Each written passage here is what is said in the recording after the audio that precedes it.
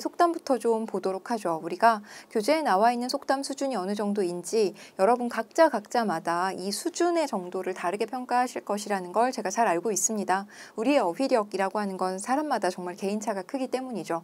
그럼에도 불구하고 이 정도는 좀 알고 계셨으면 한다라는 거예요. 그런데 여러분들 중에서는 이제 이 속담이나 이 한자성어들이 뭐 전혀 모르거나 처음 보는 애들도 있을 수 있잖아요. 그러면 1차적으로는 아는 애 먼저 보시고 그 다음에 조금 덜 낯선 친구들 먼저 보시고 그 다음에 아주 생소한 거 보시고 이런 식으로 각자의 스텝을 좀 달리 하실 것을 권합니다.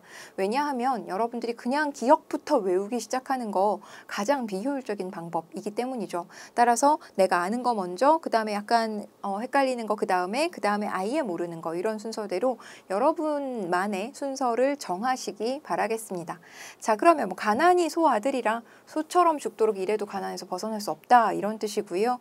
그 다음에 가는 날이 장날 이런 식의 표현들은 알고 계시죠. 가는 말에 채찍질이라고 하는 건 가고 있는데도 더 그렇죠. 채찍질을 한다는 거예요. 열심히 하는데도 독촉하는 상황을 비유적으로 말할 때 우리가 가는 말에 채찍질이라고 표현합니다. 가는 손님은 뒷꼭지가 예쁘다 같은 경우 손님을 대접하기가 어려운 상황에서는 오는 손님 불편하지만 빨리 가는 손님이 또 고맙게 느껴진다라는 의미라는 것 알아두셔야 되겠습니다.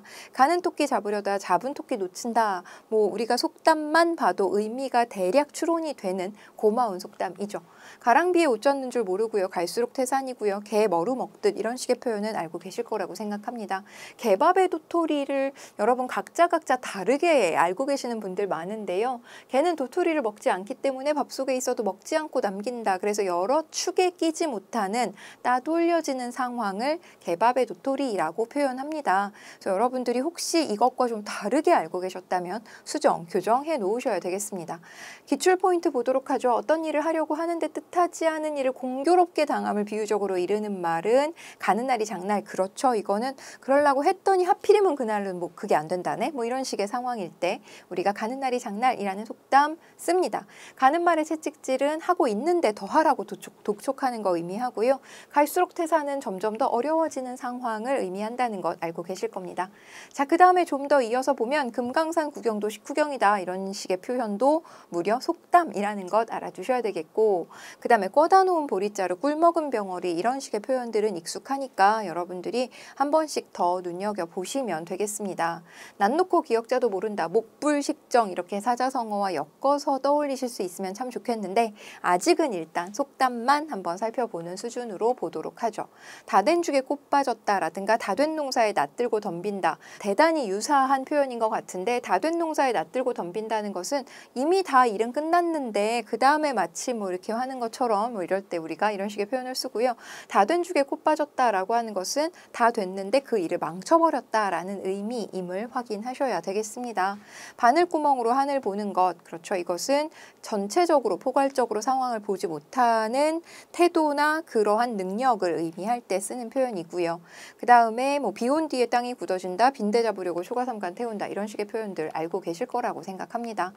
자, 그렇다면 역시 기출 포인트 난 놓고 기억자도 모른다. 아주 무식함. 그렇죠. 맞는 말 되겠고요. 일이 다 끝난 뒤에 쓸데없이 참견하고 나서는 것은 다 된 농사에 낯들고 덤빈다 라는 표현이라는 거 우리 방금 봤습니다.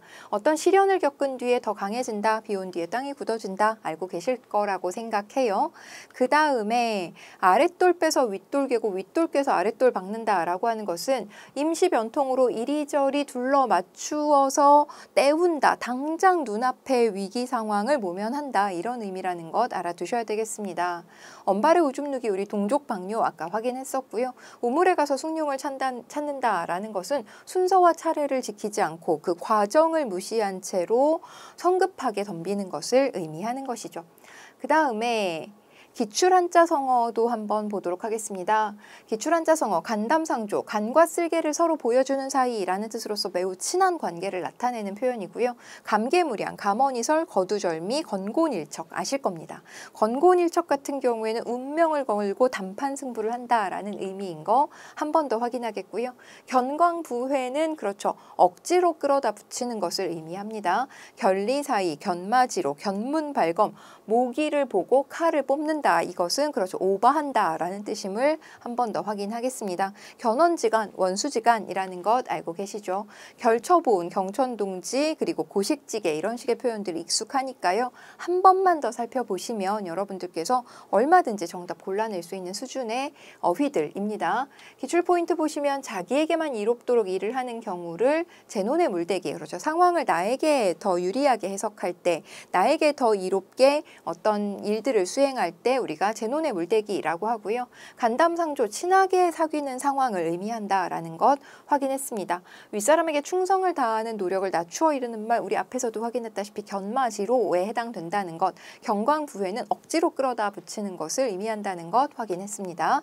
그 다음에 고장난명은 한쪽 손으로는 손뼉이 쳐지지 않는다라는 뜻이에요. 그래서 서로 협업이 필요하다라는 이야기로 주로 쓰이는 표현이고요. 국학아세, 학문을 왜곡해서 세상에 아첨한다 이런 뜻이죠. 그래서 자기가 배운 지식이나 학습 내용을 가지고 유용하게 쓰는 것이 아니라 자기에게 유리한 방향으로 자신의 이득을 보태는 데에만 쓰는 태도를 국학아세라고 합니다. 과유불급, 관포지교, 교각사루 알고 계실 거라고 생각하고요. 교원영색, 아첨하는 태도라는 것 확인 가능합니다. 권토중래, 한번 실패했지만 다시 그 복수의 칼날을 갈고 쳐들어오는 태도를 우리가 권토중래라고 하죠. 앞에서 살펴볼 수 있는 구밀복검은 입에는 꿀을 물고 배에는 칼을 차고 이런 뜻입니다. 그래서 겉과 속이 다른 태도를 의미한다는 것 확인하실 수 있어야 되겠습니다. 낭중지추, 재주가 있는 사람은 어떤 경우에도 눈에 띄기 마련이다 이런 뜻이 되겠고요. 그 다음에 닭이망양, 길이 너무 많아서 길을 잃었다 이런 의미가 되겠습니다. 자, 그 다음에 당랑거철 같은 경우에 되도 않는 강한 상대한테 무리하게 덤비는 태도를 의미한다는 것, 대기만성, 독수공방 알고 계실 거라고 생각하고요. 그 다음에 망양보르에 같은 경우에 소 잃고 외양간 고친다라는 속담과 연관시켜서 보셔야 되겠습니다. 망양지탄, 망운지정, 맥수지탄 비슷비슷한 애들이 많아서 의미 확인 눈여겨 해두셔야 되겠습니다. 자, 그렇다면 기출포인트 국학아세는 맞서는 사람 없으면 싸움이 일어나지 않는다. 그렇죠. 이것은 우리 고장난명에 해당하는 설명이었고요. 국학아세 같은 경우에는 실제로 본인의 지식을 나쁘게 활용하는 것, 세상에 아첨하는 태도, 이것을 국학아세라고 한다고 했죠. 노발대발 확인 가능하고요. 그 다음에 고국의 멸망을 한탄한다. 맥수지탄입니다. 맥수지탄은 그 화려했던 성터가 보리밭이 된 것을 한탄한다. 이런 뜻이거든요. 그래서 고국이 멸망했다, 나라가 망했다 이런 상황에서 슬퍼하는 태도를 맥수지탄이라고 한다는 것 확인하셔야 되겠습니다.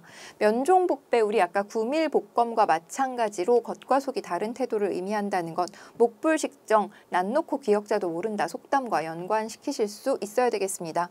반포지효, 효에 해당하는 까마귀의 태도를 의미하죠. 방약무인, 이거는 완전 안하무인 이러한 표현과 연관시켜서 보시면 되겠습니다. 백가쟁면, 부화뇌동, 그 다음에 사필귀정 이런 식의 표현들 자주 나오는 케이스에 해당하니까 눈여겨보실 것을 권합니다.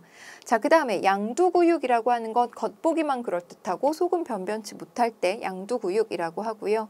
그 다음에 연하고질, 아름다운 경치, 아름다운 자연의 모습을 우리가 연하고질이라고 하죠. 오비이락, 공교롭게도 뭔가 상황이 그렇게 맞물려서 오해를 받는 경우에 우리가 오비이락이라고 표현하고요. 5월 동주, 서로 적의를 품은 사람들끼리 한자리에 있게 된 경우 또는 서로 원수지간임에도 불구하고 필요에 따라서 협력을 해야 되는 상황을 5월 동주, 오나라와 월나라 서로 사이가 나쁜데 한 배에 전략적으로 타는 상황을 의미합니다. 우공이산, 그 묵묵한 사람이 약간 둔한 사람이 산을 옮긴다라는 것 여러분 알고 계시죠? 우의독경, 쇠기의 경읽기, 아무리 말해줘도 못 알아들어 이런 경우에 해당되는 표현이고요. 뭐 일취월장, 일장춘몽, 일구이연 이런 식의 표현들은 들어보셨을 거라고 생각합니다. 면종복배, 그렇죠. 겉과 속이 다른 태도 확인 가능하고요. 줏대 없이 남의 의견에 따라서 움직이는 것 부화뇌동이라고 합니다. 부화뇌동, 팔랑귀라고 생각하시면 되겠어요. 우공이산, 그렇죠. 반드시 끊임없이 노력하면 반드시 이루어진다. 그래서 한 걸음 한 걸음 나가도 그것이 끊임없는 노력으로 이어진다면 성과를 낼 수 있다. 이런 의미임을 알고 계실 거라고 생각합니다.